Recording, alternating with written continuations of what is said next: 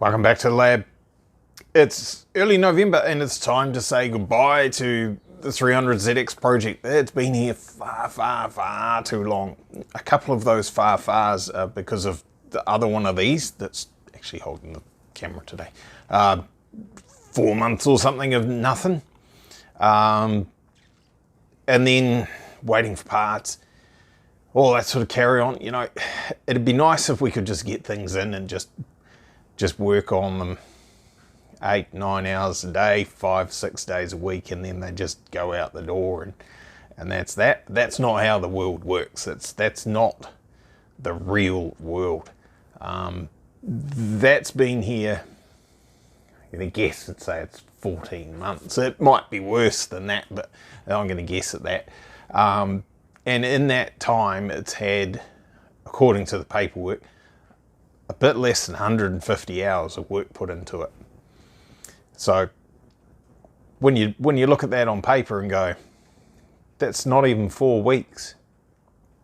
If a dude was working on 8 hours a day, 5 days a week, it's 4 weeks worth of work. How come it's been 14 months? It's how it happens. You can't do just endless work on it while you're busy organising other stuff and things. You've got to organise parts and all that.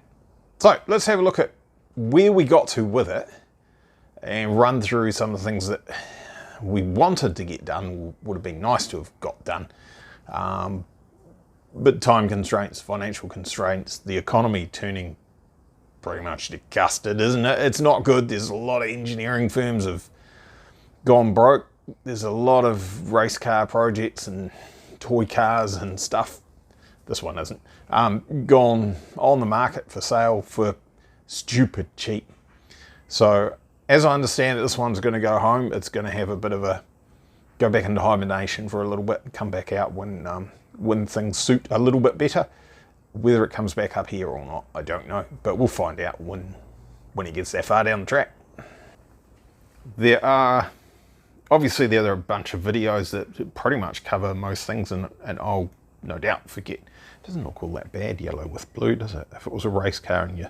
Anyway, I'll forget most of them while I run through this, but not having to go at anyone or anything. When it turned up here, it was literally the wheels were basically falling off it because it was quickly assembled to get it on transporter and get it up here.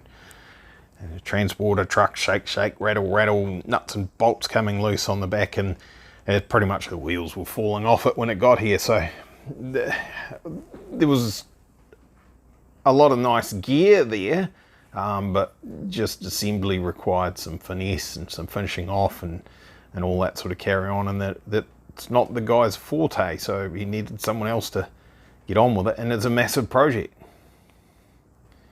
There's literally so many things were on the go all at the same time. You kind of stand there and go, where the hell do I start with this one? And sometimes it's easier when it's not yours, I guess, and you just get in it and just get it done because that's your job.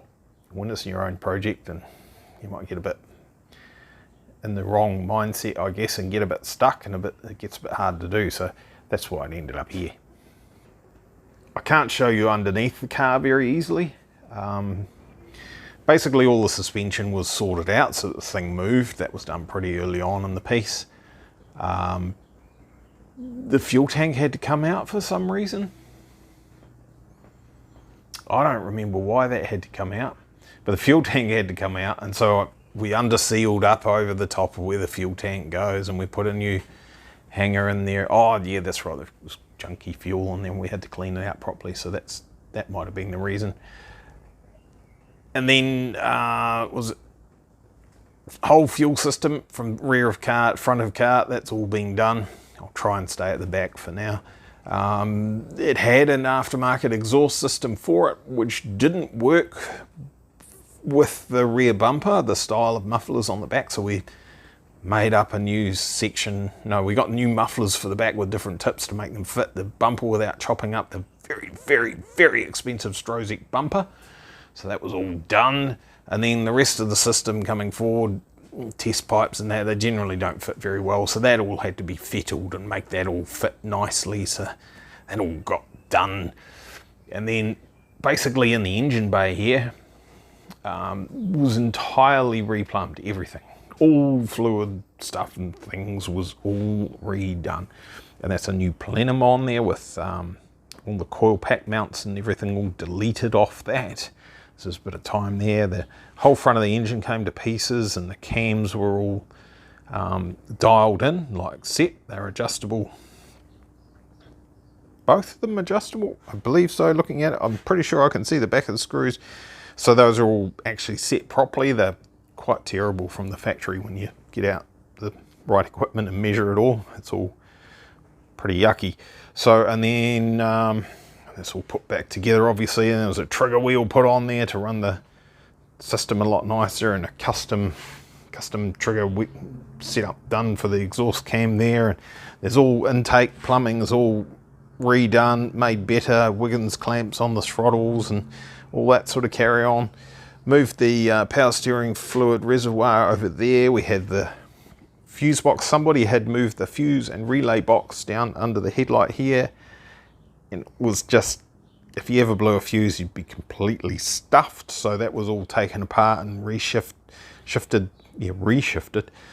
with aftermarket fuses under this panel basically. So if you're on the side of the road, at least you can pop that off and get in there and fix it, and it still can't see it, so it still looks nice, right? So, and then while we're at it in here, we've moved the air filters and we've remote mounted the oil filter, and we put a new oil cooler in here down there, and we've got an oil cooler for the power steering, so there's all that stuff as well.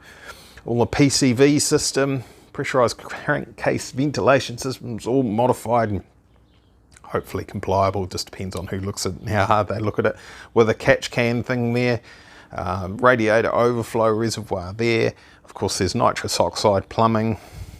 It's a wet system, so there's fuel and nitrous oxide plumbing hiding underneath there. Most of that's done in here. It just probably needs securing in case someone looks at it too hard and goes, hey, you're supposed to have clamps on that every 150 or whatever, which currently it doesn't.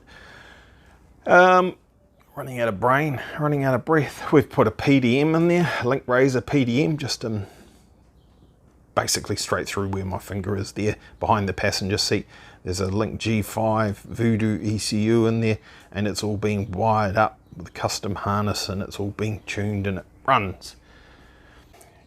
Quite a lot of work. And if you said to somebody, here's a car, you've got 4 weeks to get that done, just one person, I think you'd probably struggle. I think that would be a bit of a mission. I don't think that would be entirely achievable at all. But that's why I'm broke, I guess.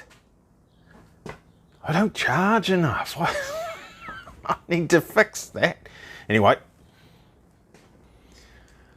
so as at, I don't know, some time ago, it hasn't had a lot done on it for a wee bit. It was sat there, it just needed the brakes to work, and it needed the power steering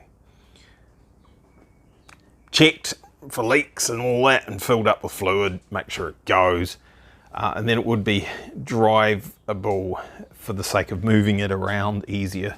Not that I like to do that for little short starts, because it's a good way to fail your spark plugs.